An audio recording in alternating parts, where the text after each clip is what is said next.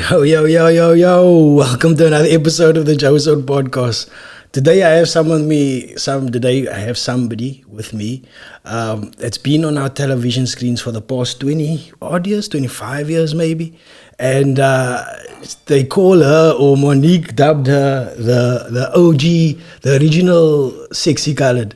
Ladies and gentlemen, please welcome Ann Van Rooi. Hello. There's cheering in the background there, but anyway.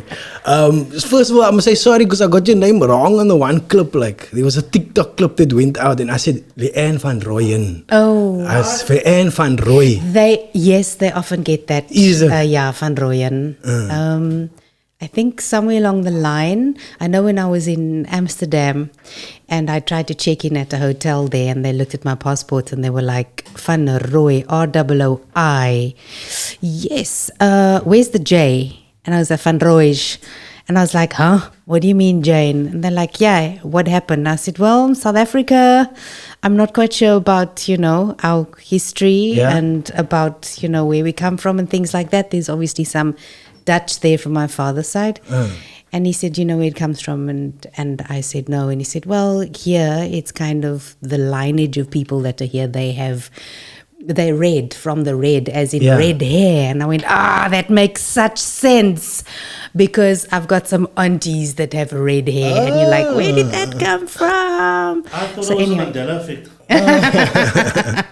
Van Rooi, yes. Okay, so then the J dropped off somewhere along the way. The J must have dropped off somewhere along the lines. That's interesting. Somebody got cross with somebody else and said, I'm sorry, I don't want your name anymore. Let's just remove the J, shall we? Yo, so like I said, you were on our television screens for the past 25 years. And I read somewhere that you studied at UCT. Yes. Am I right? And then you were on our television screens as Rochelle in Fishy Feshuns. Was that your first major gig? Yeah. Did you do anything else before that? I did some theatre stuff before that. Okay, theatre. And once or two little things there. I think there was a film with Marius Weyers. He's 75 years old, by the way. In the week, he was 75 years old. Marius Weyers, called The White Lioness. I was very young then.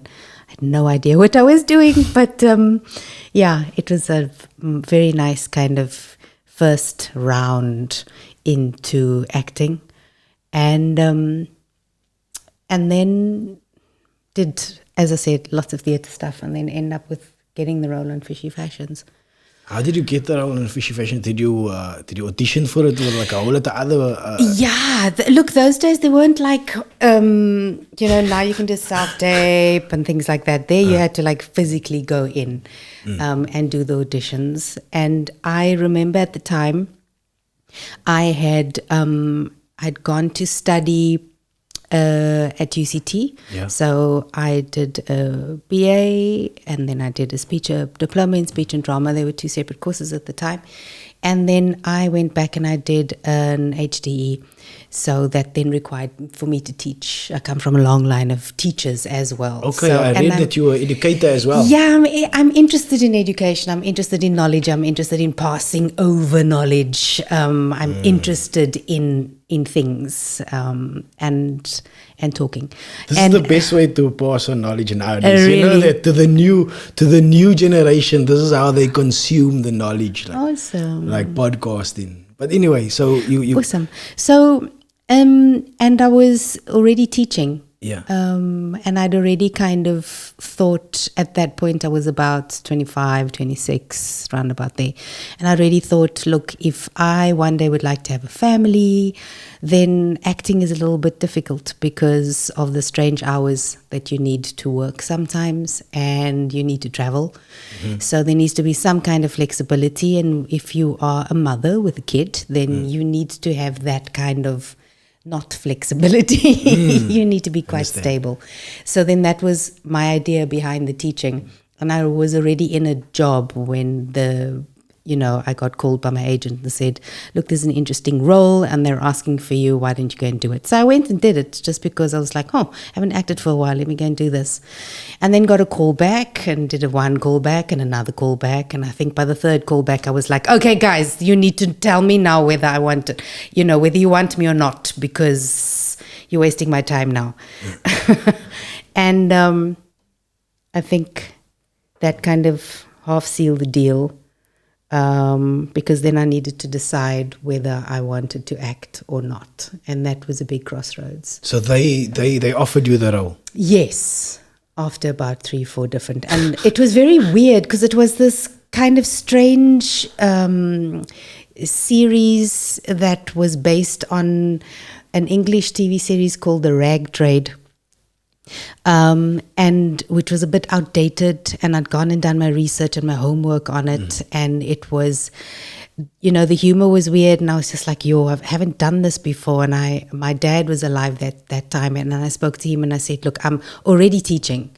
So now do I give up the teaching and carry on with this acting thing? And he said, well, it's your choice. So think about it and then, come and tell me later.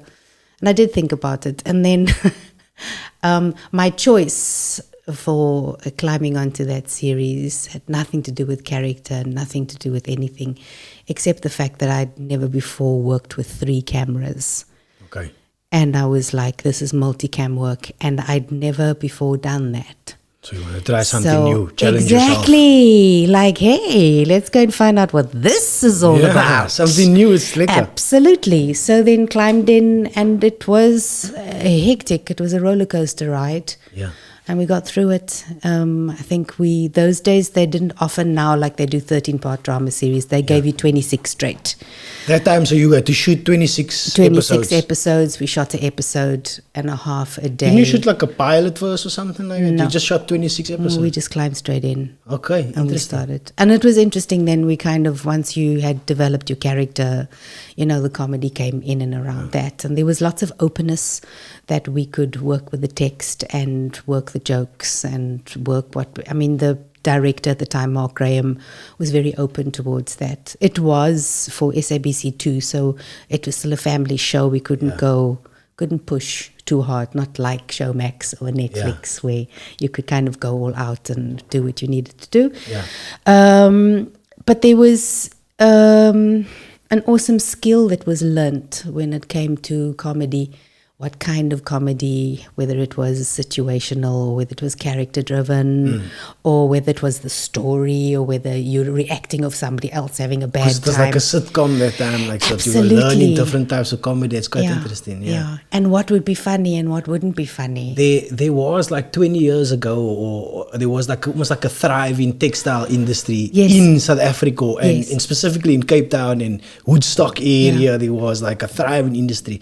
So there was like a whole lot of mothers that would like or would rush home probably there was a whole lot of people rushing home, or they knew of family that worked in the textile industry. So I think it appealed to the market or what was happening at the time. And it was very new South Africa, had different characters on there. It was very interesting. Even like somebody, like I watched it and I was just asking around in my office today, and there was a few people that, they remember. And remember, I said, do you remember Rochelle? Like, they go, I remember who she is and stuff like that. I even watched a few episodes of it today. There was one episode where your boyfriend was cheating. What's your boyfriend's name now? Dino? Is his name Dino? I can't remember. It's a long time ago. But you must check this boyfriend out. He looked phony. All the episodes is on YouTube, by the way. He looked phony. That's hysterical. All the episodes is on YouTube, by the way. Yes, know I know. I know. It's awesome. You can go back and watch it. And watch it every time. Yeah. And the humor is it's still like quite like it's good. It's good, especially because of the diversity of the characters and how they pop in between English, Afrikaans, and it's fun. Yeah. Yeah, the Garment Workers Union was a big inspiration.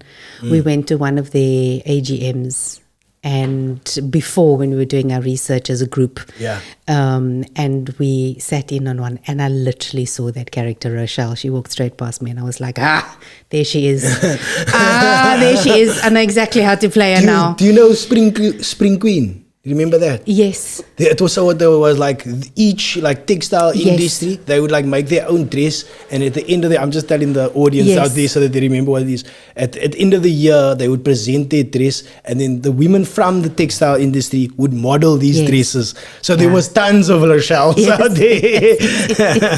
I know there's a funny story there around that as well. There was a very, very, very, one of the models, I think this joke was told by, I can't remember his name now. I'll think about it and tell you later. Yeah. But there was a model that had made the most fantastic dress, but she was really, really, really skinny. And they have to kind of arrive Yeah, and they have walk to the walk. ramp, and they were all sizes, you just needed to enter and do your thing. And she walked, and as she was leaning, some very drunk person with a bag said, "Maziva, your cause."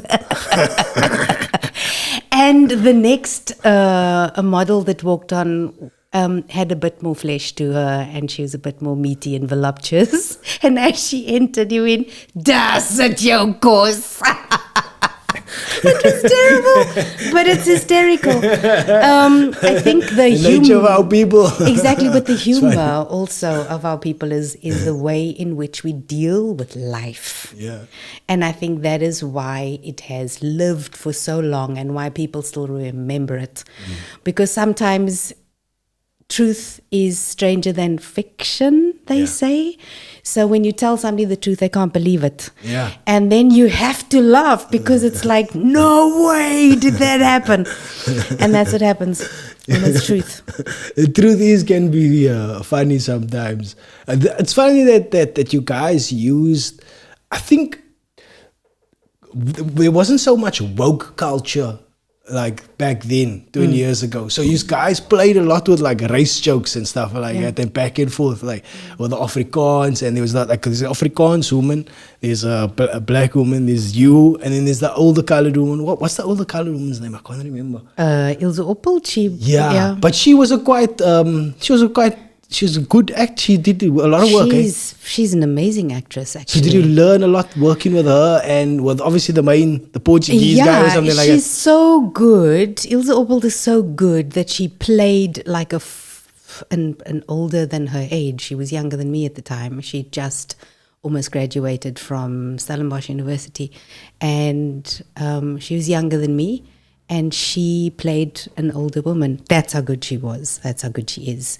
So she doesn't act that much anymore. I wish she would, but she does a lot of writing. So a lot of the work that you see today, whether it is soapies or dramas, it's got her name to it. She's very, very amazing writer. Okay, so she's still a writer. She's still writing, and if I have a script and I need an extra eye on it, I often just give her a ring, and that's what she does. So, yeah, everybody's still there. I don't know what's happened to Tannie Marie Pence. She went back to Johannesburg. The show was shot here in Cape Town. Yeah, we shot in Cape Town at Sasani Studios at the waterfront. Was in a studio, shot in the studio. And then I know the director, one of the directors, Mark Graham, lives in just outside of Cape Town. Started a drama group there. June van Merch is also still in Cape Town, and she's still acting. And we lost Stella Magaba, who played Xoliswa. Yeah, we lost her a couple of years ago now already. Okay. Sorry about that. Yeah. So people often say, "Why didn't you come and do it again?" And it's like, no, we need to find something else. That type of sitcoms is not like the thing. That was in the 90s. That 90s coming off the 90s sort of thing. What was it, 99, I think it went? Was the first? Yeah, 99. I think I checked 98, it. Yeah. 99. Quite interesting. Do you consider yourself more a storyteller or educator? Ooh. Because I know, I don't know where to put it. I think yes would be my answer.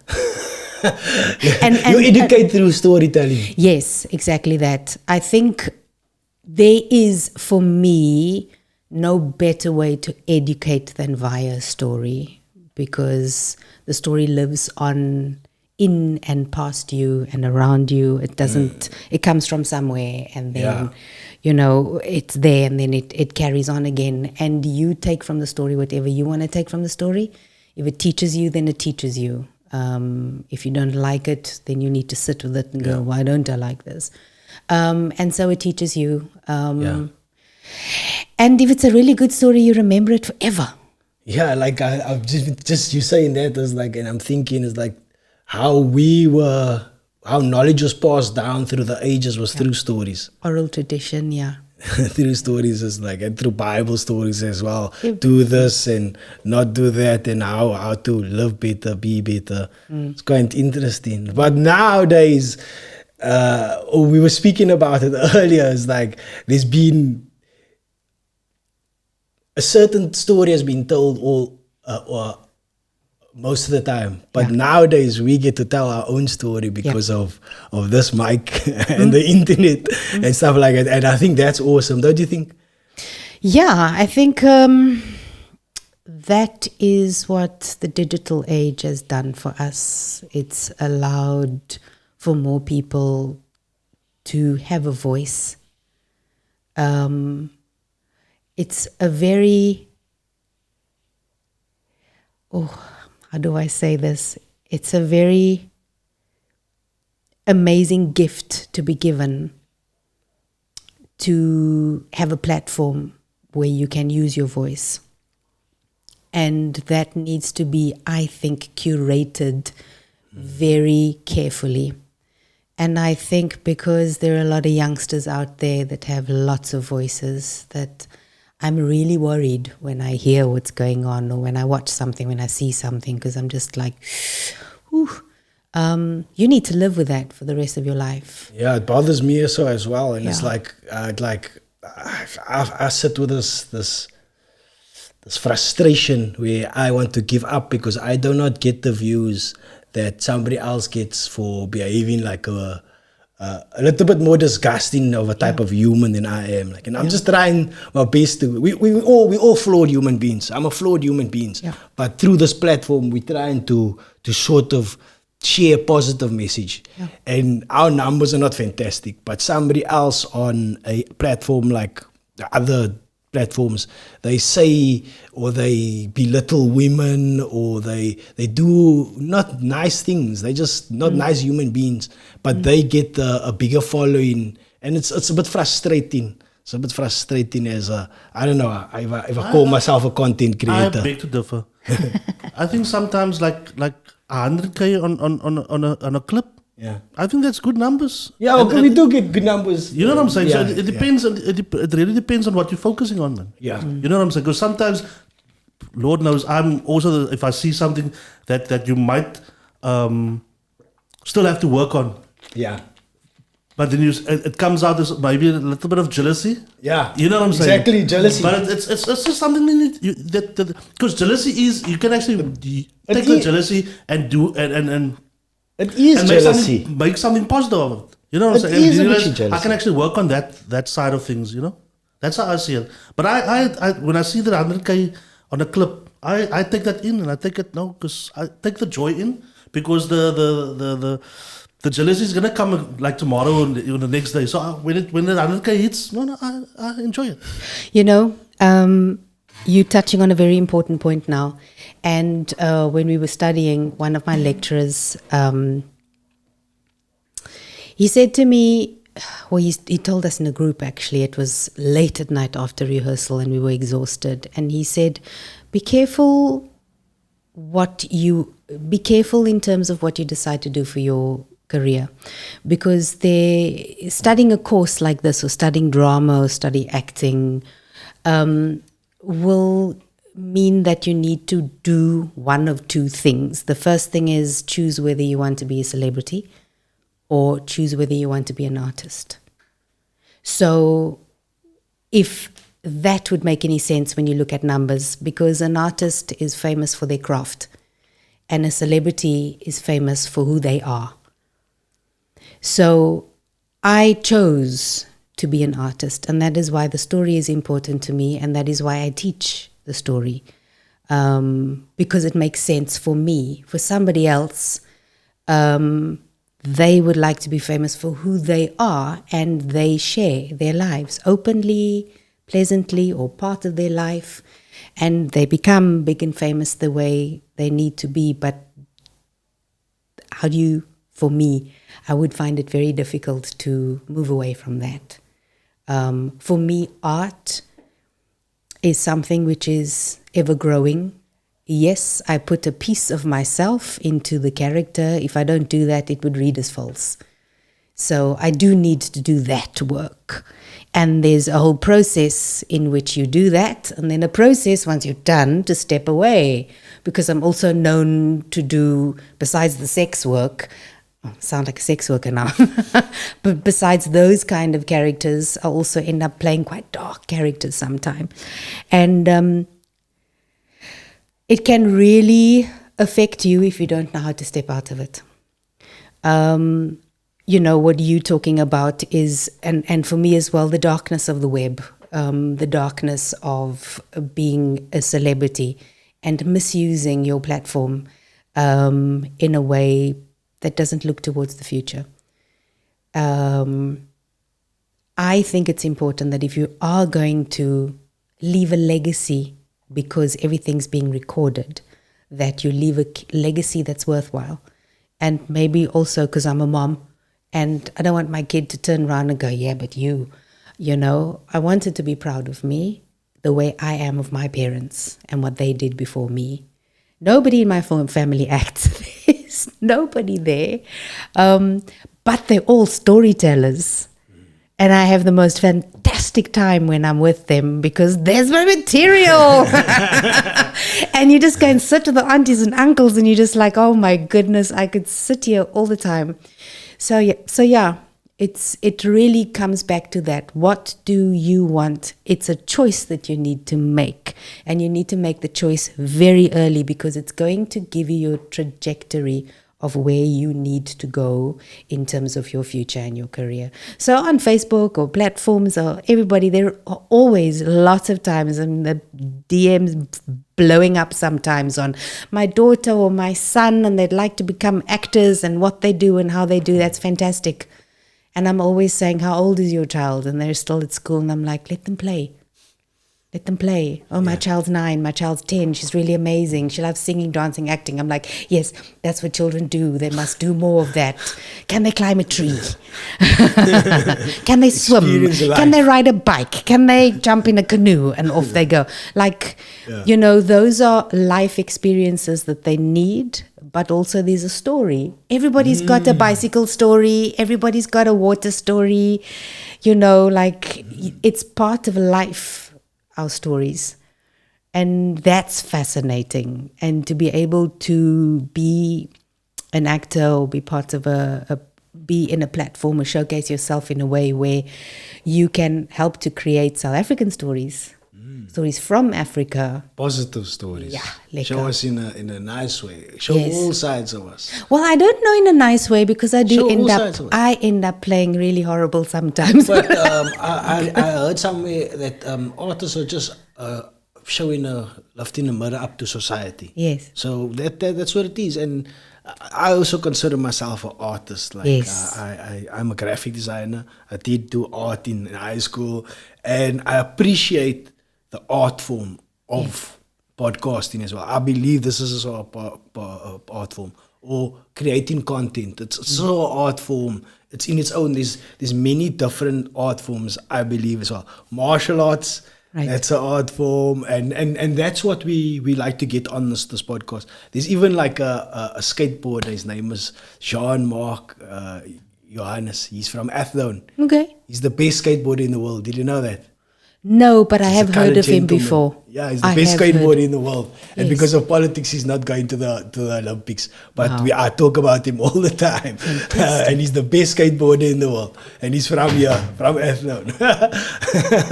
But anyway, my point is that he's also an artist. I consider him an artist because of what he does with a skateboard is art. Yes. And how he goes about doing his craft. He's like a true artist, you know what I mean? He's humble. There's ways that you go about being an artist. Like, He's put in the work. Yeah, in martial arts, they also call it Bushido. It's like not being too cocky or like, I'm the best at this, because then you're not going to learn from others. You must be humble about your craft. And that's your ego gets in the way. Ego always seems to get in the way. Yeah, that ego thing. Yeah. Did it hit you when you were Rochelle? Not really. Is it? I think we were talking earlier, and we had no idea doing it. We just thought, hey, this is really cool, working on this show. And we had no idea that it would be as big as it became. And I couldn't, this is not Hollywood. We don't have bouncers. We don't walk around with photographers and things like that. And I couldn't deal with all the attention that it brought me, certain kind of attention also. Yeah. And remember, we didn't have Facebook or anything like that back then. It was literally face-to-face. There's, as an artist, you, especially South Africa, you get blown up on the TV or wherever you are.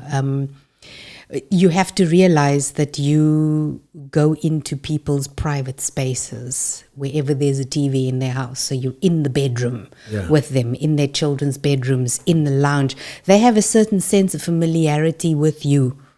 With your character. With your character. And so it becomes really, really difficult because the approach is always very familiar.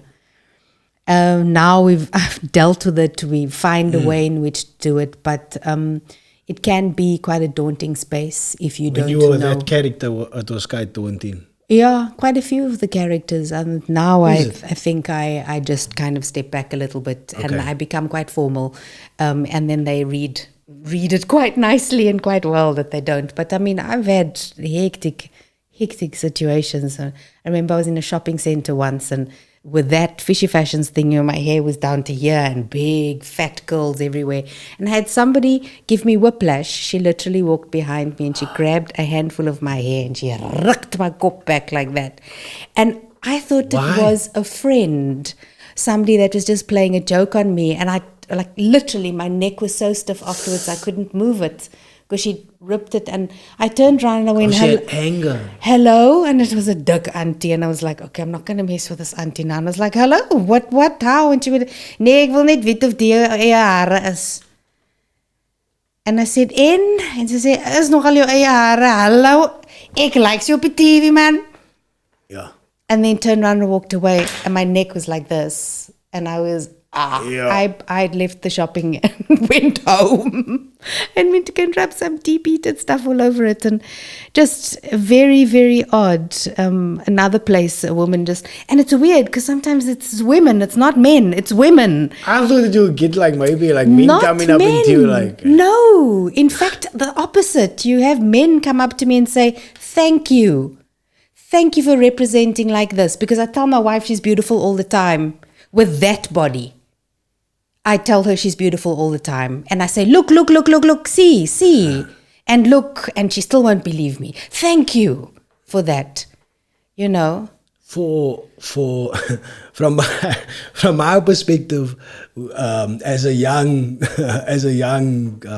colored gentleman growing up, I saw a woman, that was representation of somebody that I would go for. Yes. You know what I mean? For the first time on TV. Before, like the ideal beauty was blonde and blue eyes. Yes, Barbie. Yeah, Barbie. And then it was Amy Kleinhans, and then it was you. You know what I mean? And like it happened like quite quickly, and that was and it wasn't much as her as well. You know what I mean? It's quite weird that was, I don't know. You were sort of the spearhead for this movement now that is quite dominant, called colored excellence, I think.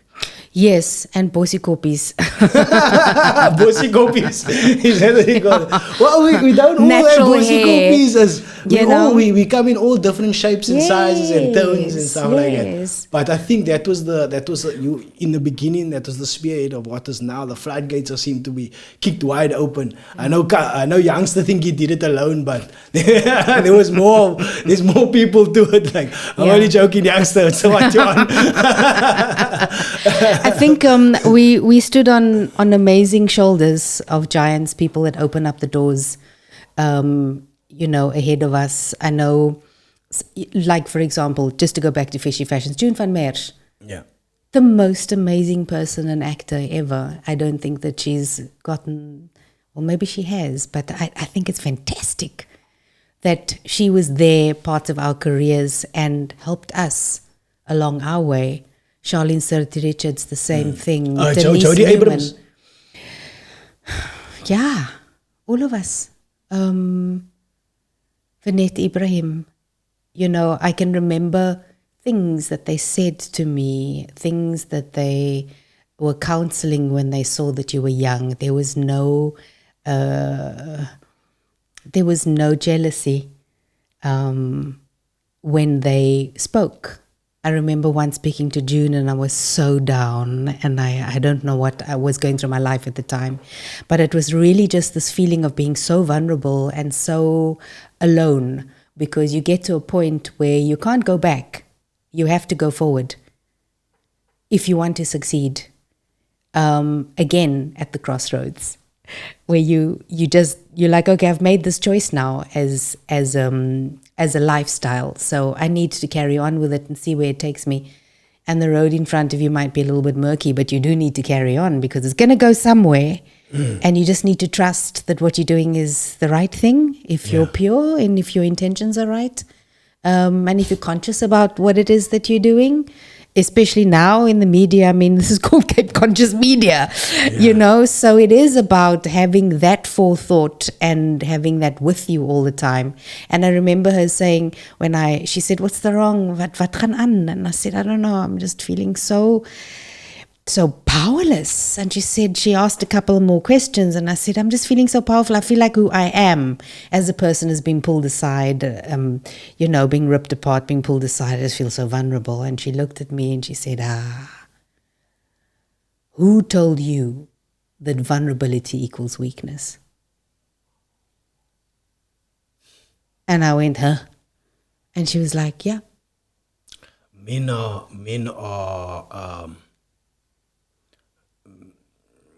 groomed to believe that vulnerability is weakness, I think. And it's so not. Vulnerability is vulnerability. There is power in vulnerability because it means that you're going through a process of change. And you have to accept that you're going through a process of change, because you can't keep on doing the same thing over and over and over and over and over again and expect any kind of change in your life. It's not. So that process of sitting with yourself in the darkness, being vulnerable towards yourself first and being accountable towards yourself first, not towards other people, but towards yourself. It's like when you're in an aeroplane and you're flying along, and then they always come up and they tell you what to do, and they always say, put the gas mask on yourself first and then help everybody else around you. It's like such a thing about life. I'm like, I said that what today, would you actually. normally do? Really? Yeah, I said that today to somebody, like, you must first put on your own life jacket before you can put on somebody else's life jacket. You can't put on their life jacket and then yourself, because then you're going to drown. Check yourself. And where are you? Up in the sky on a journey towards somewhere. Is that not a life metaphor? What you said is quite interesting, because I think it's easier to be vulnerable to others than it is to yourself sometimes. Yes. Because it's hard sitting with yourself and checking your own blind spots out. It's very hard. And when other people point out your blind spots to you, you normally go, no, that's ridiculous. Nee moenie praat nie. Ek is fine. And then after not like, when your husband. Actually, when your husband, you must accept it. Okay. Joking. And then you kind of you kind of sit with it, and why is you making me feel like this? Whatever. I mean, there are lots of different pools of thought around it, but that for me was a massive thing of how to sit with vulnerability and not to see it as weakness, not to see it as that you're powerless, but actually to sit with it and find what it is that you need to change so that you can pick yourself up and try again. You said earlier that you take on some dark role sometimes, and it mustn't sit with you. It doesn't sit. It shouldn't sit with you. I touched on this also with I think Jill and Paki's movie, and a little bit also with Monique. Like, and I really want to sort of understand that thing, that a role mustn't stick with you, because it's quite interesting that you get so into the role that it becomes part of you, sort of. Am I right that it's the darkness becomes part of you? Or? Yeah, I think you need to have a pretty good idea of who you are. Yeah. And then so that you can come back to yourself again. And when you come back to yourself, you're not really the same. You would have changed. I like to look at it as... You're not the same because it stays with you. Sort of. There's a residue, yeah. There's always a residue of character because you're using yourself and you sit in it. You're using yourself. You use yourself. You use your body. So you use yourself to become that little bit of darker. Yep. And you need to be healthy. You need to be mentally healthy and make sure that you are in a good space and also know people around you that are important enough that you really trust their judgment. And family for me is everything. That's sort of... They come and pull me back to earth anytime I need to. The aunties, the OCs, my mom. Family. Yes, my fiance, the kids bring me down. They make me pull myself out of that and be who I am. And then there are ways in which to jump into character and ways in which to jump out of character. And people always say, well, do I need to learn how to act? I'm like, yeah, that's why. So you don't get lost in the character. And that your way out is to drink a full bottle of whiskey every night so that you don't have to deal with it. That you end up, kind of in a sore place where you need medication all the time. It's very tricky. Do you guys talk about this in the industry? Like, yes, we do. Amongst each other? We do, but there isn't often enough time because sometimes you're doing more than one role at the same time. Yeah. So there's also quite a lot of like schizophrenia, if it would be that you're doing one role and then another role and another thing and another thing. It's crazy. I do act. People, what you see on TV is maybe 10% of what I do. I teach, I direct, I produce. So there's like, it is the industry that I'm interested in. It is the business of the emotions that I'm interested in. It's about connection at the end of the day, and teaching people how to connect via story is terribly important and powerful. I think that is missing from the TikTok generation, that connection, that real connection of like connecting with something. And sometimes the TikTok generation does get it right. Sometimes you do feel that emotive like click there, but too much of the time you just scrolling and it's just nothingness, a bus of nothingness.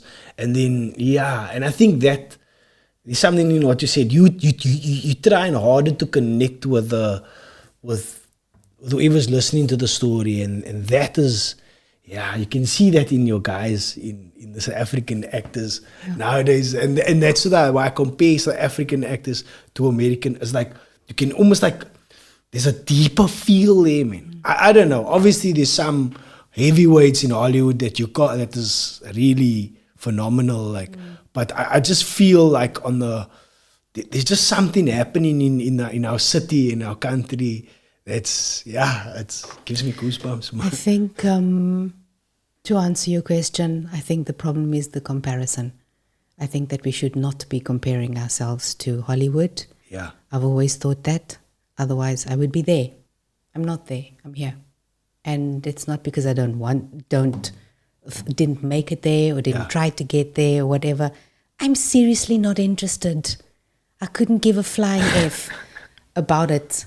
It is the least interesting place on the entire earth for me, because we are bombarded 24/7 with what it is. And so why do you want to go and visit a place like that and find out more about people like that? I don't find it interesting. It's not part of, I'd probably say, who I am to go to a place like that. I'd much rather go to a place where I don't know much about the language, the culture. I find it interesting making connections with people in a strange place like that. I find it far more positive and life-fueling. It gives me life to make connections in places like that. Not to say that America doesn't have connections. I have lots of friends that are there. I've got 2 stepsisters that are there and a whole, bunch of family that's out there. And I just think that there is an African way. Yeah. There is a South African way. And then I used to get like Amway products for your house and stuff like that. And then people were like trying to sell that to you a while back. I don't know if you remember that at all. I remember, I designed stuff for them. My question was always like, what about Amway? Like, what is this South African way? And I think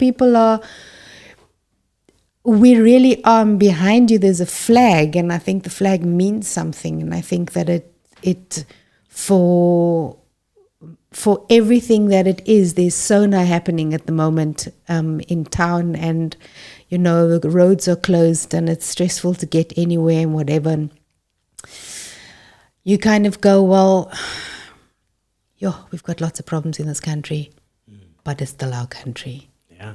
It is still our country. Yeah. And for me, the decision to stay, this decision to fix, the decision to show a difference, to show an African way, is for me far more important. For me, far more important. The affirmation of who we are as people. You travel overseas, and if you see another African, it's like you've come home. You spot them in the crowd, and is baie lekker om huis toe te kom. Yeah, in England they all congregate together, sort of in their own neighborhoods. I think that we are in a lot better place than we were 20 years ago, 30 years ago, 40 years ago as a country. And people, when I say a lot, I don't like it when people say, "Oh, we're better off than we were better off before." That's like one of the most grossest things to say, because I look at myself, my own family, my parents, and what they done and they've accomplished, and now what me and my wife has recently accomplished. Like, just like my parents were not couldn't afford to or buy in certain type of area, so they were all restricted to an area where, the neighborhood is not so lekker. But now my wife and I are finally fortunate to buy a house in an area that's like nice area. Wow, we can take our kids to walk into the park and not get robbed or anything like that. So I look at things like that as like, if we can incrementally do better generation after generation, I think that we're generally on the incline. And there is that feeling. There is that colored excellence feeling of which is not just colored excellence feeling, South African excellence feeling in the air. I feel it. I think the teenagers now they don't want to hear old stories anymore. I think, a couple of years ago, 2016, 2017, I was at the National Arts Festival and extremely privileged to be on a panel of judges who, for the Ovation Committee, to have a look at the student work. Okay. And it wasn't even a production that stood out for me. It was something that somebody said, and within what they had to say was we love you as parents. I'm paraphrasing now, but she said, we love you. Please be our parents and love us back, but don't give us your ideology. Let us make up our minds for ourselves. And I think that is such an important thing, because We want to do things. We want to show them this is the way we do things. This is our culture. This is that, that is that, that is that. And that's the way we teach our children. You must sit in a certain way. You have to eat your food with, I don't know, a knife and fork, or this is what we do here, this is what we don't do. You greet when you walk in, you don't greet. And it's like, how do you teach that to a new generation? Letting them know how important it is? Because what is that? Is it respect? Is that love? Or, is it, instead of doing that, do we sit with our children and just hold them and just say, I love you? You know that I love you? They're of course going to squirm away and go, of course. You never think of my own daughter, she's going, oh, no, what's the matter with you? I've got 3, it'll do that. Exactly. I've got 2, it'll do that. My 2-year-old, she gives me eyes back. Love all the time. Like, what are you talking about? Yeah, of course I love you, whatever. You're strange. What's up with you? Are you sick? And yet, that is something that we don't say it often enough. Definitely not to the kids. Is it not important to sort of not teach our ideologies, but share our ideas with them? At least to make them, I don't know, to give them advice where we went wrong maybe. Yeah, but that's important to us. So a lot of times when I work with youngsters, it's often this new generation. I've learned now to ask them what you need. What do you need? What do you want? Here I am. What would you like to know about this industry? I'm standing here with... Instead of telling them what they need, what they need. And then you must ask them what they start need. the conversation. What do you want and what do you need? And you know what you want to say anyway, but instead of preaching, let's bridge the gap. And bridging the gap means asking you what do you want and what you need. I struggle with it. I struggle with bridging the gap with the new generation. I don't know. Because I was brought up by a different code, I think, and maybe it's a wrong way of me to look at things. I'm willing to learn, like you say now. Yeah, I think looking at right and wrong is also problematic, because I don't think the opposite of right is wrong. I think wrong is wrong. And wrong cannot be anything else except wrong. That stands in its own camp. It's wrong. No matter what, it's wrong. But I think you get right and then you get difference. The way I do something and the way you do something is different. It's right for me and right for you for now. But I think wrong needs to be there. How do you distinguish? You don't, because it's about the moment. And that's what acting is. Acting is about the moment. It's about working so hard to find a point where you can just drop everything which is you, be the character that you need to be, and just play the moment and go from moment to moment to moment to moment to moment to moment, where you're not thinking, you're just reacting to whatever's happening. You want to say something, Neto? Yeah, so you guys were talking about Hollywood, right? And recently there was a remake of a movie called The Color Purple. And there was a whole hoopla about Taraji P. Henson, that's her name, and the what's the word? The difference between a pay check and a counterpart or male counterpart. Yes. I see some similarities with her being almost like a veteran in the game already. She's got years with yourself as well. You've got years in the game. Is there any similarities in the business side of things when it comes to a female acting in all these movies and stuff, like you do? That is a very good question,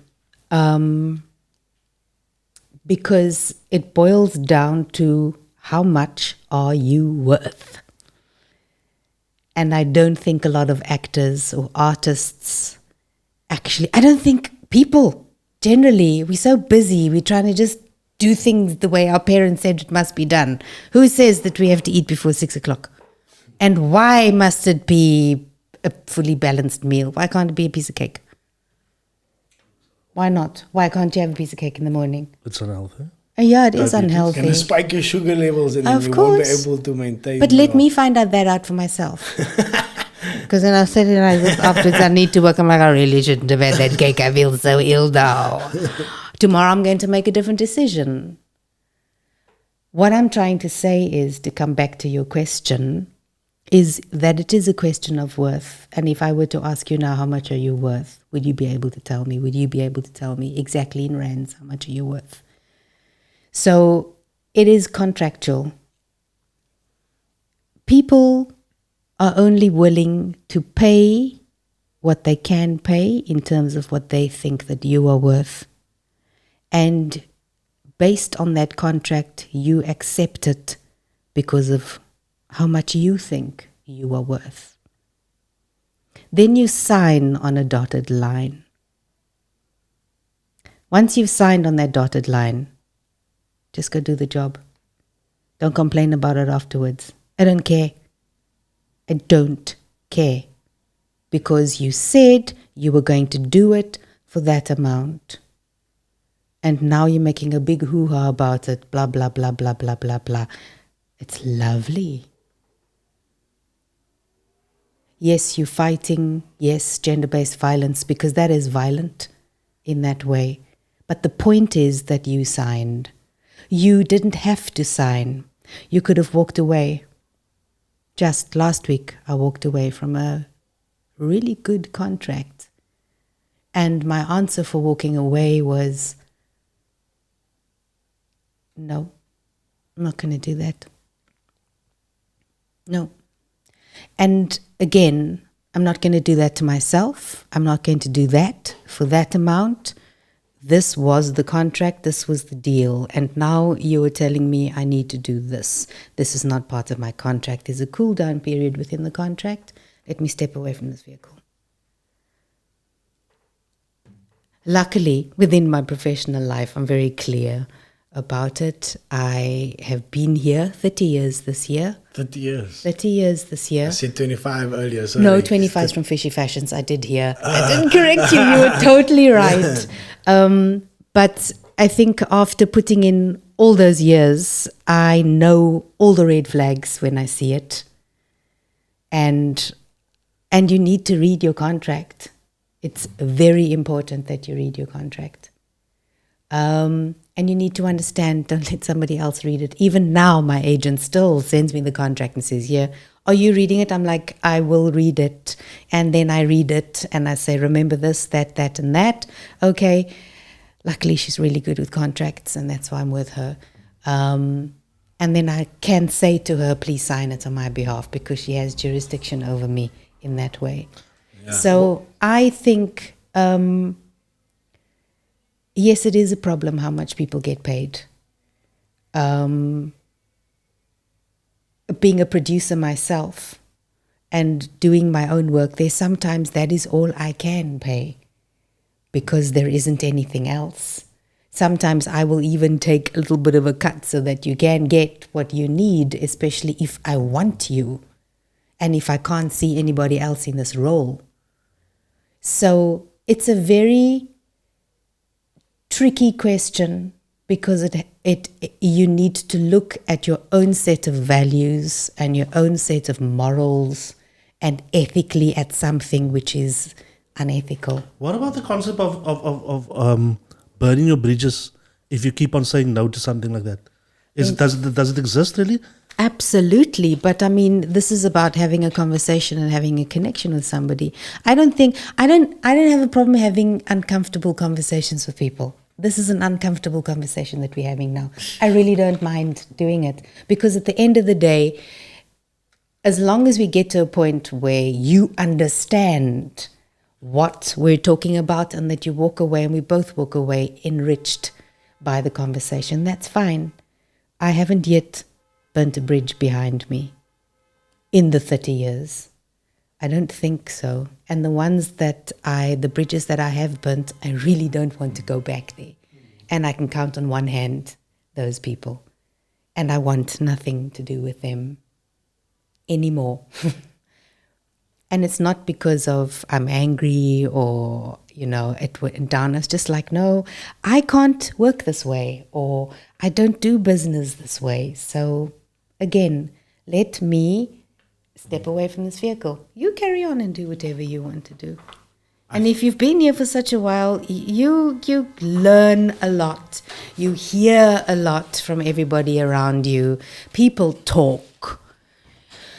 But at the same time, it's your contract.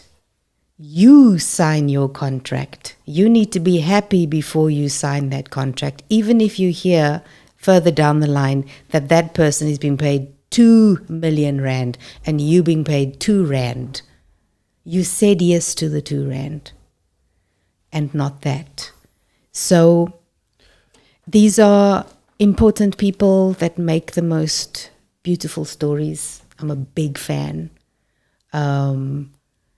But at the same time, that is your responsibility and you need to deal with it. And spreading it out there in social media is not cool. Also, a contract is something that you need to go to. If you're having a problem with your wife, your problem is there. You need to sort it out. Not on social media. Not on social media and wada. Yeah. Use the social media in a positive way and go, guys, be careful of contracts. Yeah. There's the alternative conversation. It's not about finger pointing at the end of the day. Be careful what you get into. So it sounds like you curated, like I think you said it earlier, you curated what your work, what you're going to do and what you're not going to do. Yes. And when you do that sort of thing, more good type of roles is going to come your way. If you go down the route of choosing sloppy roles, that's what's going to come your way. Am I right?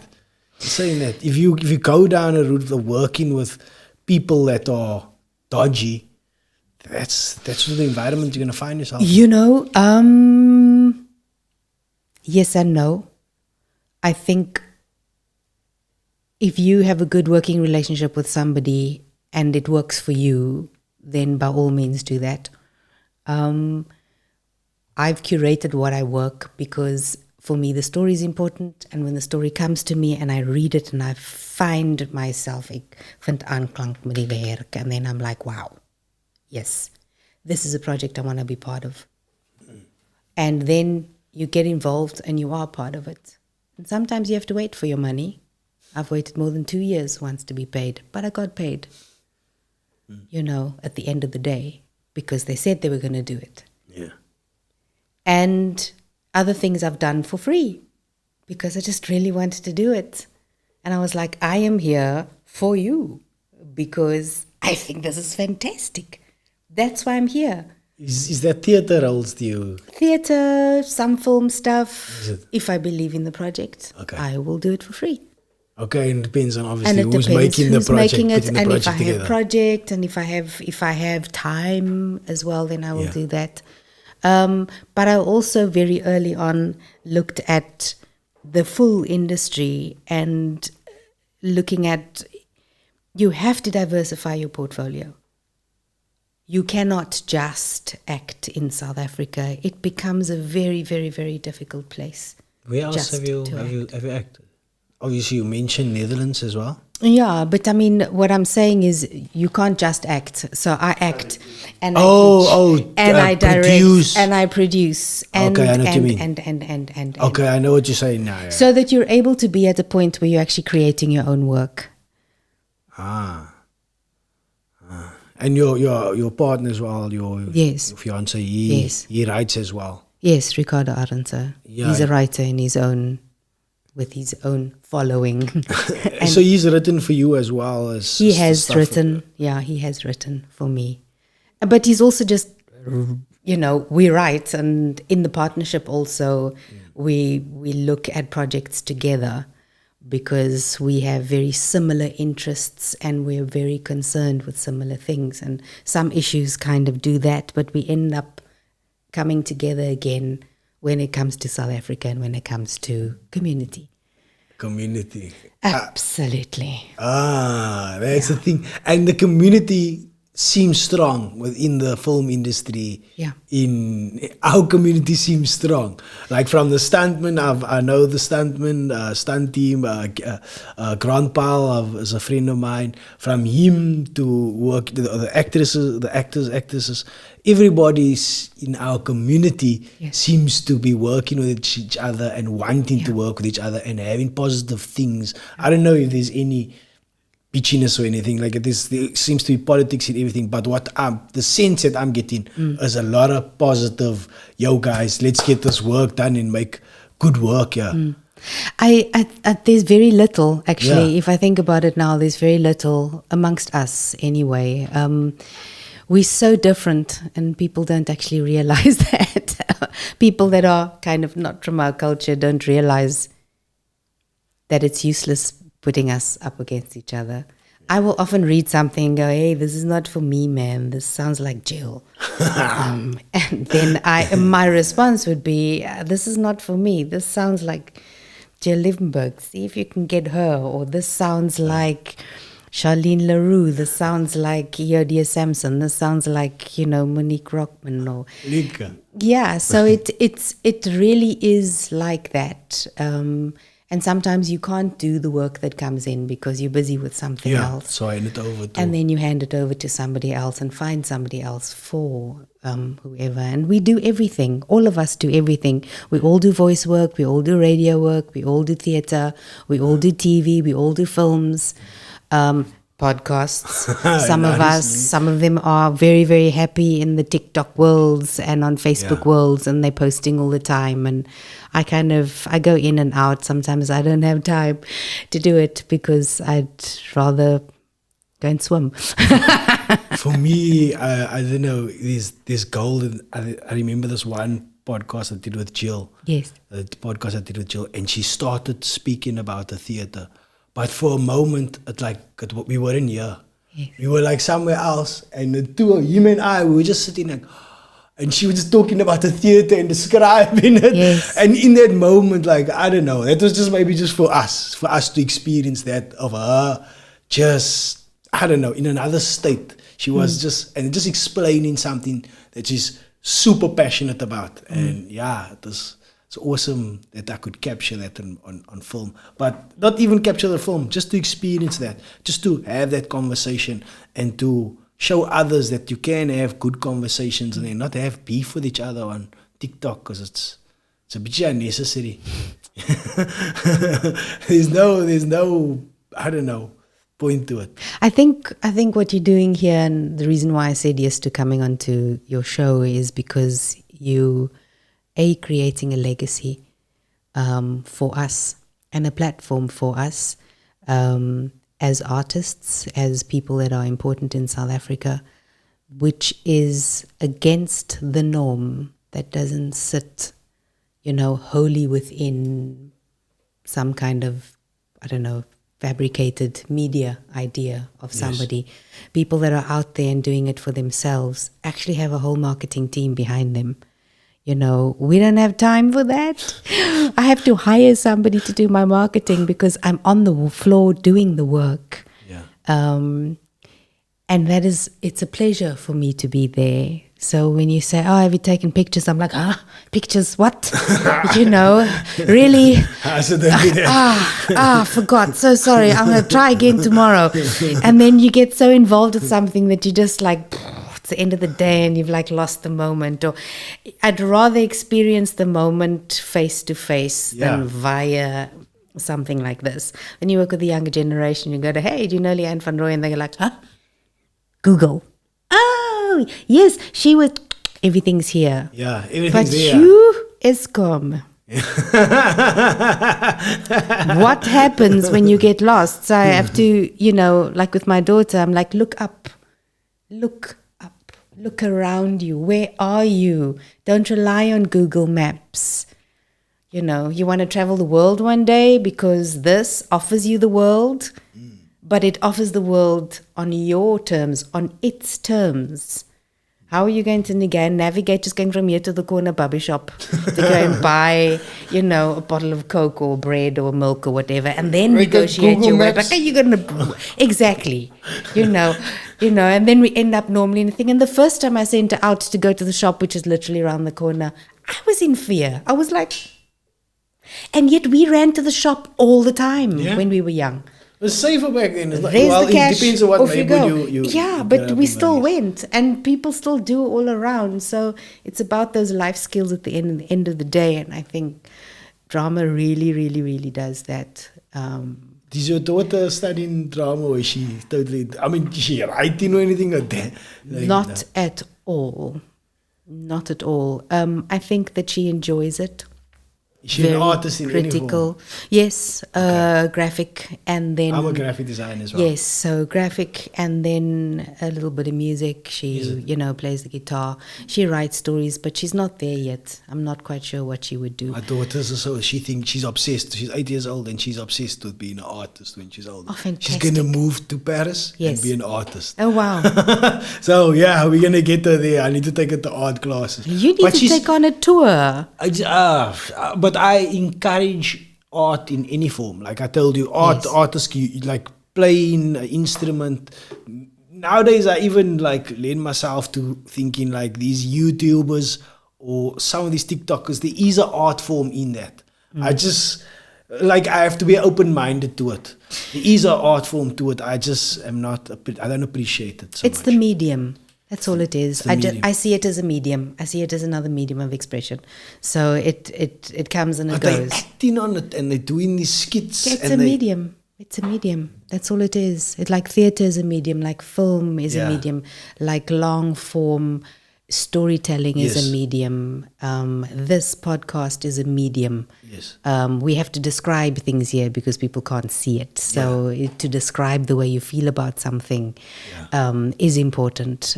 It's about the medium, and they are sitting in a medium where it's a brand new medium, and they're kind of like, they're killing it. And that's really cool. I don't see a problem with it because it's fashionable at the moment. Somebody else will come up with something else, and I don't know, holograms. And then you jump in and you they're sort missing something out in the theatre, man. I feel they are missing out on it a lot. And so I did a bit of stand-up comedy a while back.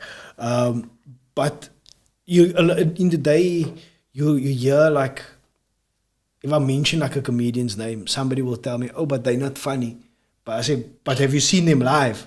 And they will say like, no. And I say, but you haven't experienced the comedian, you know what I mean? And a lot of South African comedians, I say, that person is so hilarious.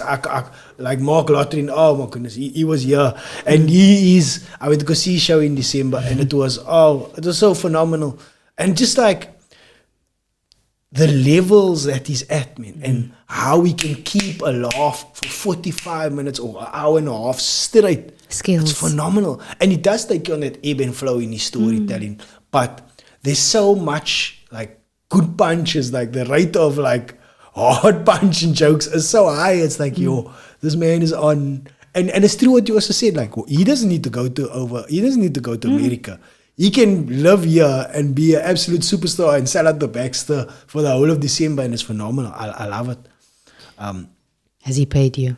Has he paid me? Yes. No. Why must he pay me? No, I'm joking. No, I don't, because you got a lot of money. No. No, I think he is one of our best artists, and I think he's got to the stage where art and celebrity comes back together again. We were talking about earlier, is there is no other Mark Lottering except Mark Lottering. There's Mark Lottering, and then who I can also talk about is Alfred Adrian. Sorry. But he's another one that's up and coming, and also he's now in London. He's sold out in London today. Fantastic. So, like, part of our community kicking ass. Like, and aren't you proud of that? It makes me so excited to hear things like this. That is why we got the podcast, to tell everybody about it. Like, I told you about the skateboarder. I think that's the story that should be told. And Well, I think that you're telling it already. I don't think that it should be told. I think that you're part of the story. And I think that this is archiving. Our 2 years ago, the African Studies Library went up in smoke at UCT when the mountain was burning. Yeah. And records were lost that can never, ever, ever. We don't know really. I think today they're still trying to estimate how much knowledge has been lost there. And I African studies, like. Yeah. And important stuff, things that hadn't yet been archived, up in the cloud somewhere. And I think that it is important that we archive our own work. Sure. And that this, for me, is part of an archival business, because in 20, 30 years' time, there will be people going, hey, who is this person? Who is Mark Lottering? Who is Jill Liebenberg? Who is Monique? Yeah. And they will go online and they will find and come across these podcasts and listen to it. Yeah, I appreciate your kind words. I think it's true. Because, sometimes you get that imposter syndrome. I don't feel like this is like, I don't know. At some stage, I've spoken to him about this, like, I've got obviously a day job and I'm doing that. And like I told you earlier, you don't get like the views, or you do get the views. And I just don't know about it. But what you said to me, I said earlier, it resonates with me, because you said, you know what, just stay the course. Just keep on going. You are doing something positive, even though you're not getting the record numbers that somebody is being rude to somebody on TikTok. Because I do see it. I'm seldom on TikTok, but I see those algorithms come through into other social media. And I sort of steer off social media, because I don't like that sort of Can I just again negative message being spread. Sometimes you need to understand the industry properly, the money side of things, the industry, not the art, man. Yeah. Because you know that there's TikTok guys with 5,000 followers that does brand endorsements. Yeah. Just with 5 or even 2.5. Yeah. So when I see that happening, I see companies looking at them and say, I like this guy. He might not have all the following, but I like what he represents, and I want to align my and I will grow with him. And I see that on TikTok. The local guys, South African, but also like So again, you probably just have to see the glass half full, and see what you can do with what you have, man. Archiving who we are. It sounds quite dope. Like the way you put it now, it's a nice way of considering it. Archiving. Excellence. I think definitely. I think there isn't enough archival of our own work in terms of our people archiving our own work. And us controlling the narrative. So it is about flipping the narrative. And what you're talking about, having those stories out there, it is about us flipping the narrative. It's us saying it was like this, but now it's like this. There's Frankie and Felipe coming out. I saw that movie you got coming out. Yeah, that's now 23rd of Feb. And then there's Die Tragische Saak van Pamina Vermaak that's coming out on the 10th of Feb. There's Spinners that's on at the moment. Every single one of these movies, every single one of these pieces of artwork, even what we were shooting today, for example, it really is people trying their very best to show the best of who we are as South Africans. And they are going beyond their own boundaries by doing that. And it's important that I see myself as supporting these kind of narratives, but I also see it as important in terms of when you lend yourself, that you also get something back. So, and it's not about an expectation of back, and that's where the story becomes important again. It's what are you learning? What do your characters teach you? What's in, and I don't do something if I've kind of done it before. I'm like, If it doesn't sort of give you the energy back that you're giving it. Giving it, and also like, no, it's all right. Don't worry about it. I'm fine. I'm all right. I'm not feeling this one. Not feeling this one. Not feeling this You're one. ready to move on. Next one. Next. What else is there? Because legacy is important to me. Because leaving a legacy is important to me. And it's important to me because when I started out 30 years ago, there was nothing. Daar was dus net Phila's kind out there. Yeah. And Phila's children had no words except Benjamin Kamoti. Phila's children had very little words. I think there was like the one character, David Johnson, I think, played him.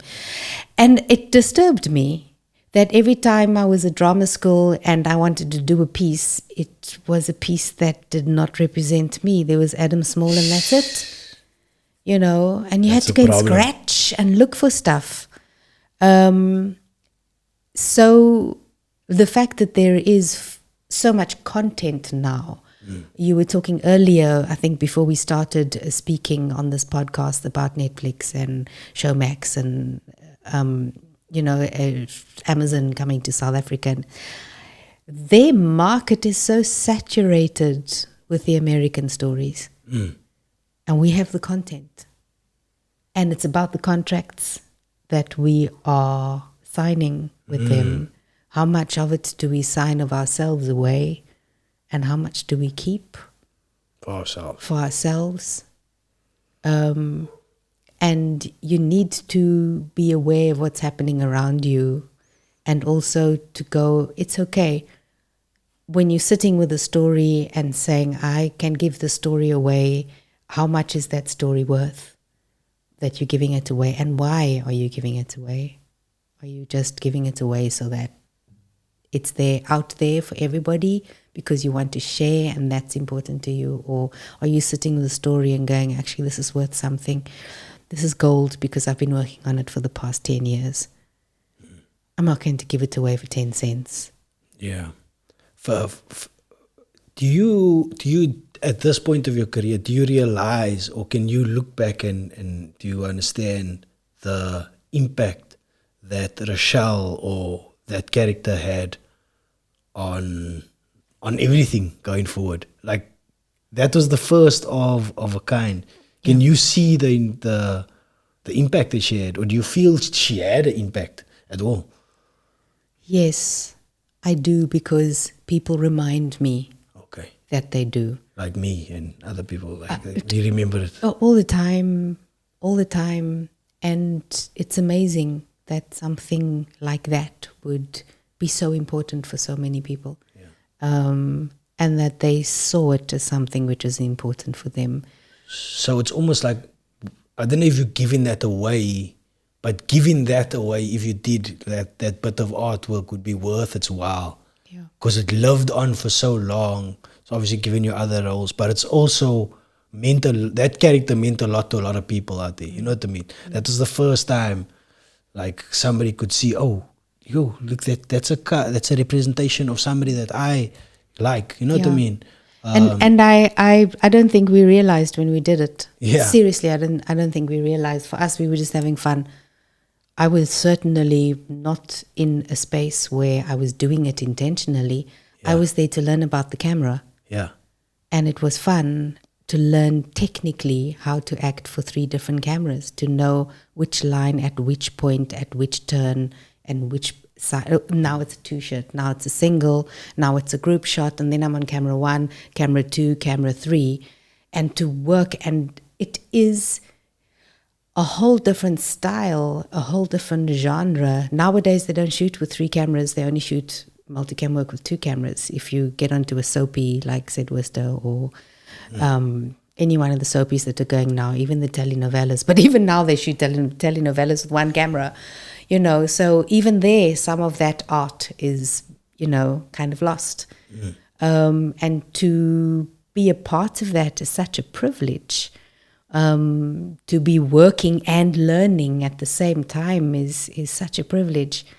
You know, it is something that really has taught me so much, not just about myself, but about life, about pushing through, about goals, about creativity, about...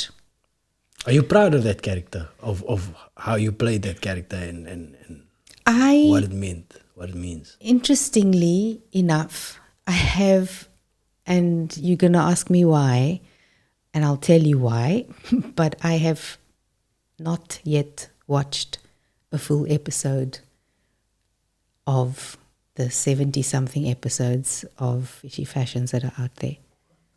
Yeah. Because you can't watch yourself. I know exactly why. I can't stand listening to myself. I've done it. It's like, I know what went into it. I know what I said. Yeah. So I don't want to hear I'm it like, again. and it's not about not wanting to or that's cool. I watch clips here and there, but to sit and go through the whole point, my brain works in pictures. It makes me cringe. So it doesn't make me cringe. It's more a question of some time control, because you need to be quite in control of yourself in order to live this long within this industry and to play. You can't get lost in something. You need to negotiate your way through it. So sometimes when I look at it, I know, okay, jy was nou lekker vals daar, maar so right. So you were right with Are it. you happy with it? I would normally ask the it and you can be like, director. okay. And sometimes I would ask for another take, or if we do a take, today we did a take and the director was like, nah, I got it. And I was like, please, can I do another one? Because I just want to get that moment right there. Have we got time for another one? Oh, let's do another one, because Leanne would like, please, I can offer you something more there. Like, can I just, and so the whole thing comes together. But for me, you've done the work. It's like you bake a cake and then you go, that's lovely. Are you going to eat the whole cake by yourself? No, you're going to take a slice.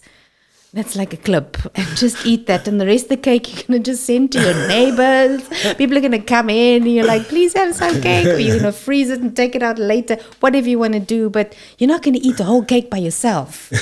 And acting for me is like pudding, like watching something. It's amazing to see something come together.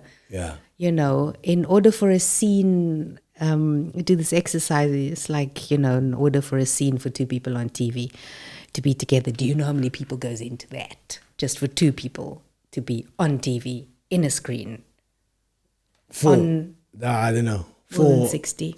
More than 60? More than 60. That's too much. That's 70. a waste of people. Everybody's got a job to do, and they all do it to the best of their ability.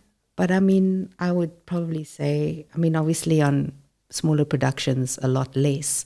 But if you had something that was working like a well-oiled machine, and everybody had their own place within it, it literally is a well-oiled machine.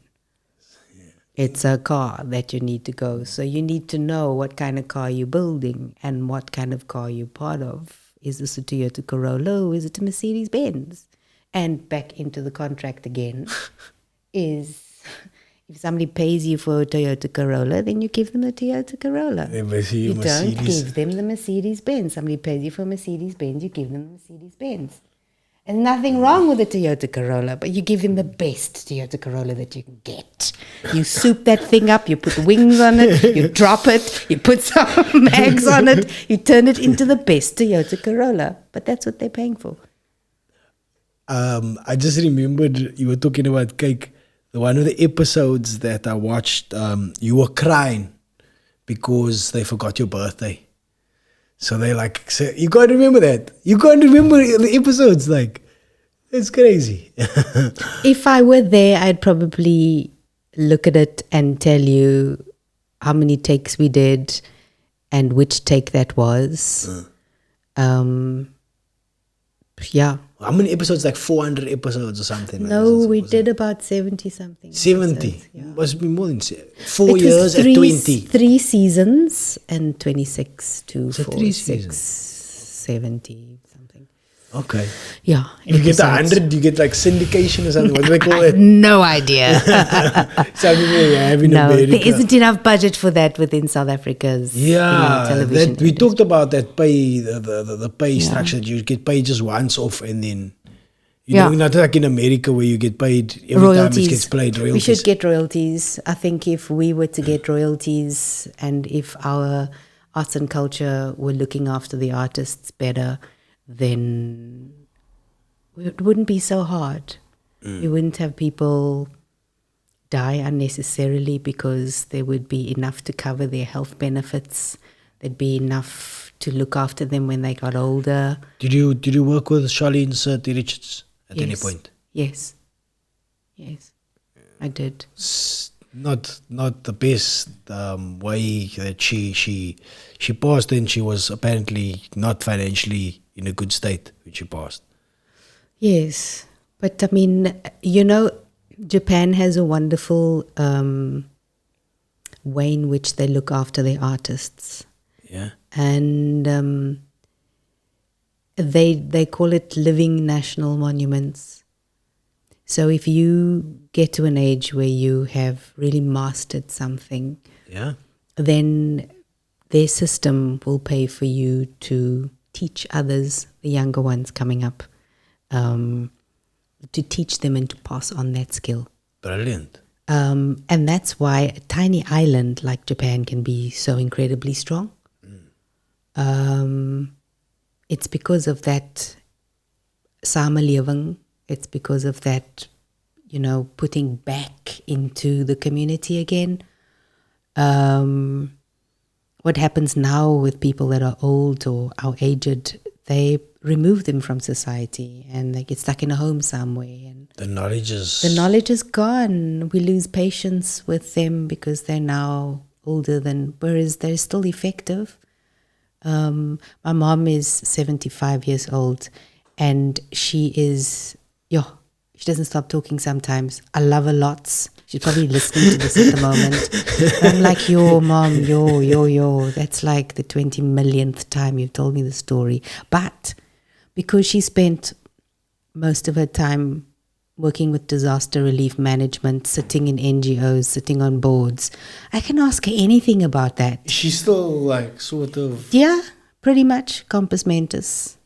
Pretty much. 75. Yeah. She sits on the board of Polisa Bafazi Betu. Yeah, around the corner. Is it? Yep. And Madam Chair. And for years was part of the South African Red Cross Society. When South Africa was burning, that's where she was. Gumboots in the middle of crossroads. Sorting out what happens there. So what I'm saying is that there's so many skills that is still so relevant. Just think about anybody. Think about your mom or your dad that likes to cook, for example, and they have famous and amazing recipes that they pass down. That's also a skill, you know. You're not probably not going to make a business out of it, but that is a beautiful skill. And to be able to open up a cupboard and go, well, I only have a tomato and an onion. What am I going to make? Smoochie, hello. It can be eaten just like that. Little bit of salt and pepper, and there you go. So, yeah, we must be careful that we don't throw babies out with the bathwaters. Education seems to be one of your storytelling through education. It's interesting that you look at through that, and like the way you spoke about Japan earlier, and even in how we should look at the roles that our elderly play in society. I don't know how we can do that in the broader South Africa, but within our community, we can just maybe respect them and treasure them more. Yeah, well, I think it just starts with yourself. Yeah. If you just do things around you and encourage others to do the same, hopefully that will work. That's what we're trying, That's what we're trying to do. Do things around us and hopefully increase the I don't know, the likeness, the positivity. Yeah. Thank you for your time. We covered quite a bit. You want Gail Bukes? You bring back so much good memories. Oh, thank you, Gail. it's probably she's talking about Fishy Feshuns or something like that. And Shyam Domingo, Auntie June van Meers. Absolutely. Is that Shyam Domingo that you were talking about earlier? Yes. Is that a friend of yours? She is a friend of mine, but she's also doing amazing work in the communities with sustainable food, with bringing indigenous knowledge back into the communities. Is it? She must come on. Maybe I would like to talk to her sometime. She must. Can climb a tree? Yeah.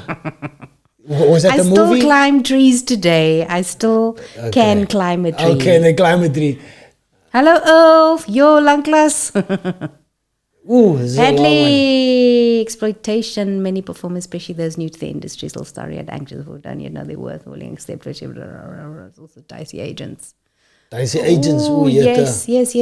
I was contacted by somebody today, a friend of mine, newcomer to the industry, who asked, do they need to pay their agent 200 Rand per month in order to be on the books? And the answer is no, they do not. You and your agent work together in order to plot your career. They are there to help you look after yourself.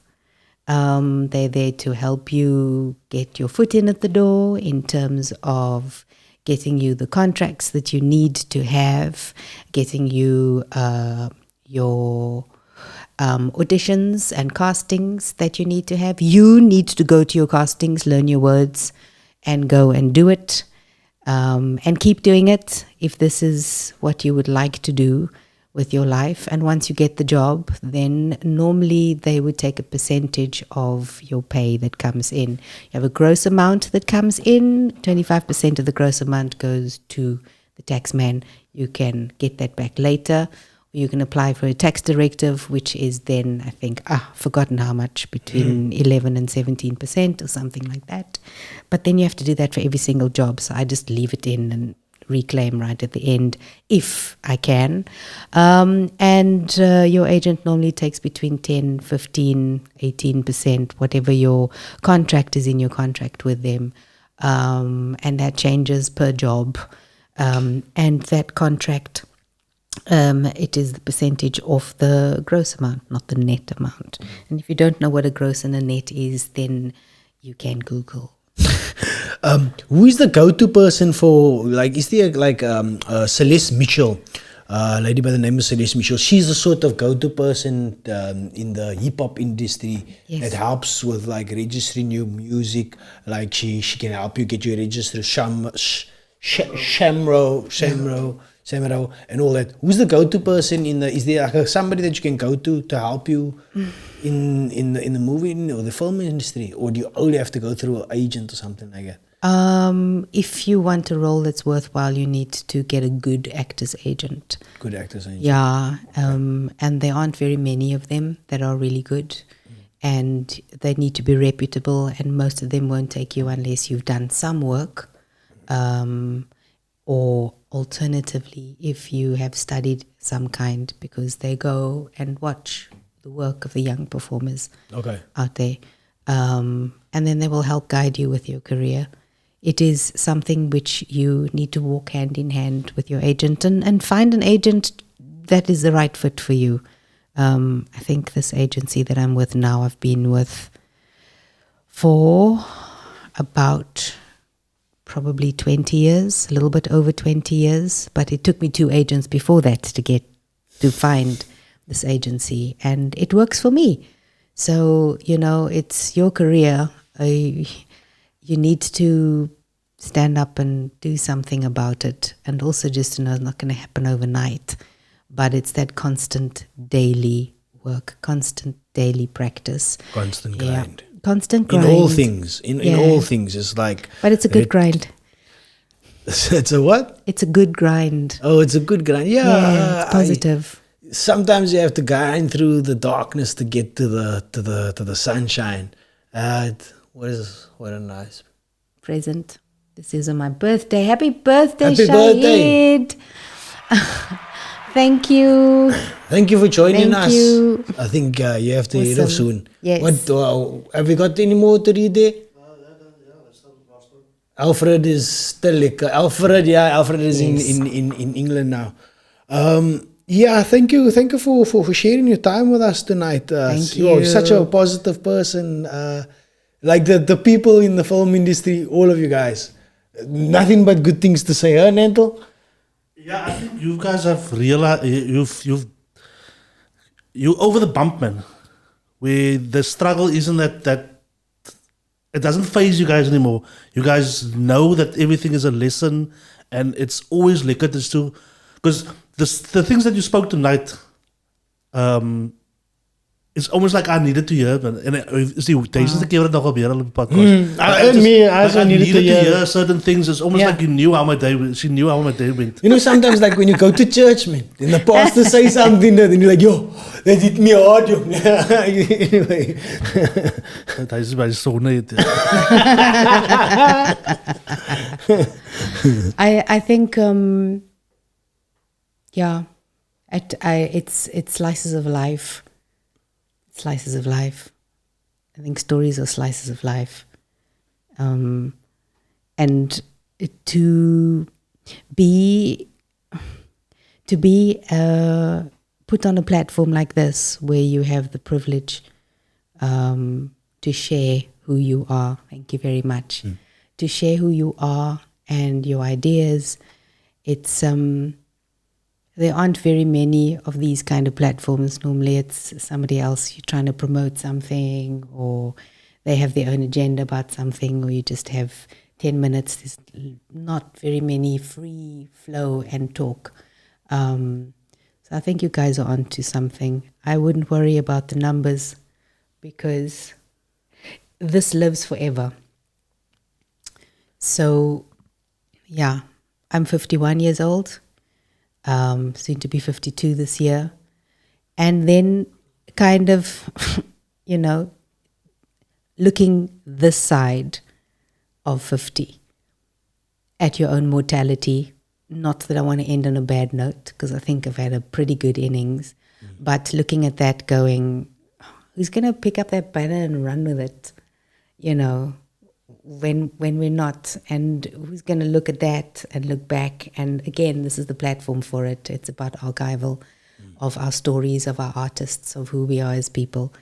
Tonight, people listening, there would have been a change. Somebody would have listened, and we would have spoken directly into the heart of what somebody needed to hear tonight. And they will remember this moment forever as an iconic road changer, crossroads for them.